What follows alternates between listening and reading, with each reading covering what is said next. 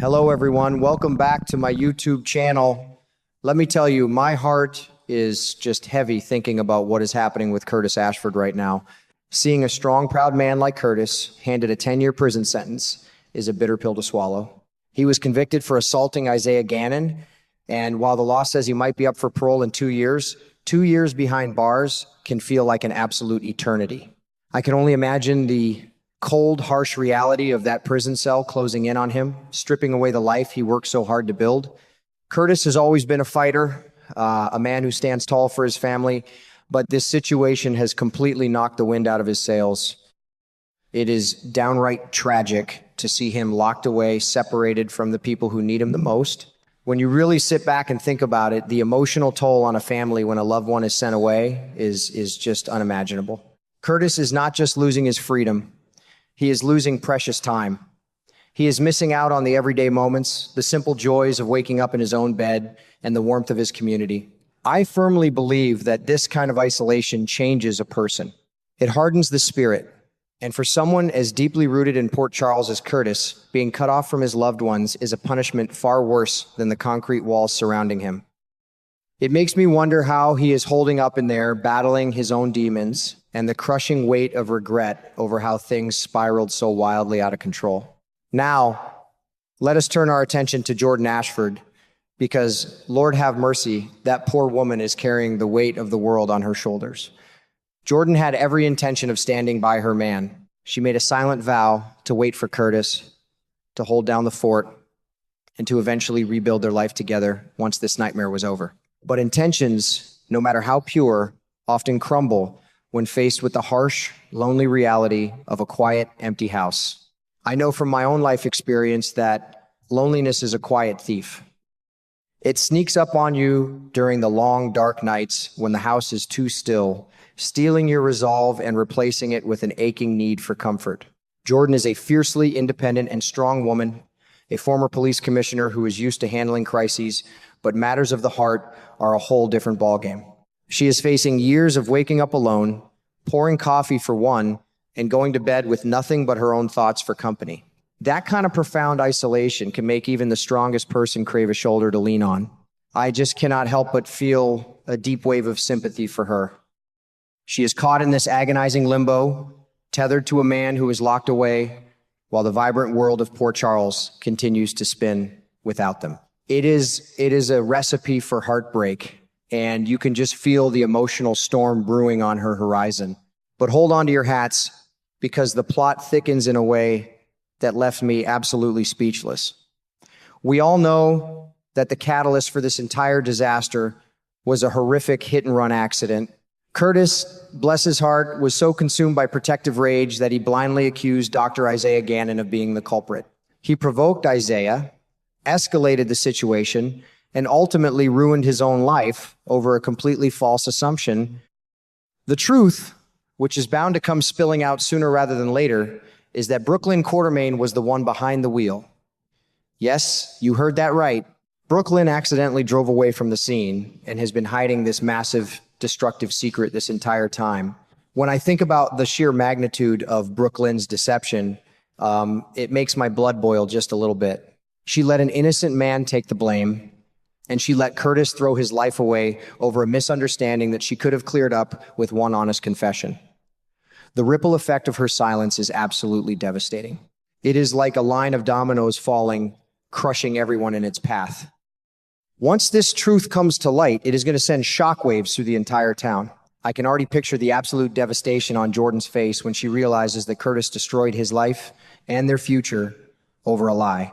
The injustice of it all is just staggering, and it completely shifts the moral high ground in this whole messy situation. This revelation is going to change everything for Jordan, especially how she views Dr. Isaiah Gannon. For so long, she believed Curtis's side of the story. She probably harbored her own resentment toward Isaiah, thinking he was a cold-hearted coward who left victims stranded. But when Brooklyn's secret is exposed, Jordan is going to be hit with a tidal wave of guilt. She is going to realize that this respected doctor was entirely innocent, unfairly targeted, and brutally attacked by the man she loves. I can see her marching right up to Isaiah, her heart full of remorse, offering the most sincere, tear-soaked apology. There is something incredibly powerful about shared vulnerability. When Jordan breaks down and apologizes to Isaiah, it is going to create a deeply emotional bridge between them. And let us not forget, these two share a history. There were genuine feelings between Jordan and Isaiah in the past, a spark that was abruptly snuffed out but never truly forgotten. When you combine that lingering past affection with the intense, emotionally charged atmosphere of the present, it is like throwing gasoline on a smoldering fire. I can see it as clear as day. The late-night conversations, the shared lingering glances, the soft touch of a hand offering comfort. Before she even realizes what is happening, Jordan might find herself crossing a line she swore she never would. Adding even more fuel to this emotional fire is the complicated dynamic involving Portia Robinson. Portia has been a pillar of strength, standing by Isaiah during the grueling trial against Curtis, but her heart is completely torn in two. While she supported Isaiah, she is simultaneously grieving the devastating loss of Curtis for the sake of her daughter, Trina, and little Desmond. The absence of Curtis leaves a massive, gaping hole in their family dynamic, and Portia is left trying to pick up the pieces. This conflicting loyalty is bound to create a heavy, suffocating tension between Portia and Isaiah. You can just imagine the strain this puts on their relationship.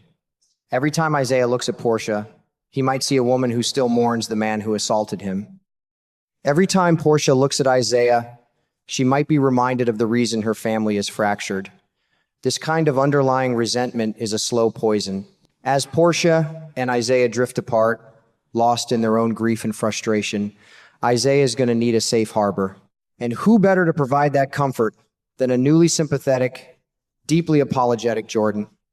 It is a classic, tragic soap opera setup, and I am here for every single second of it.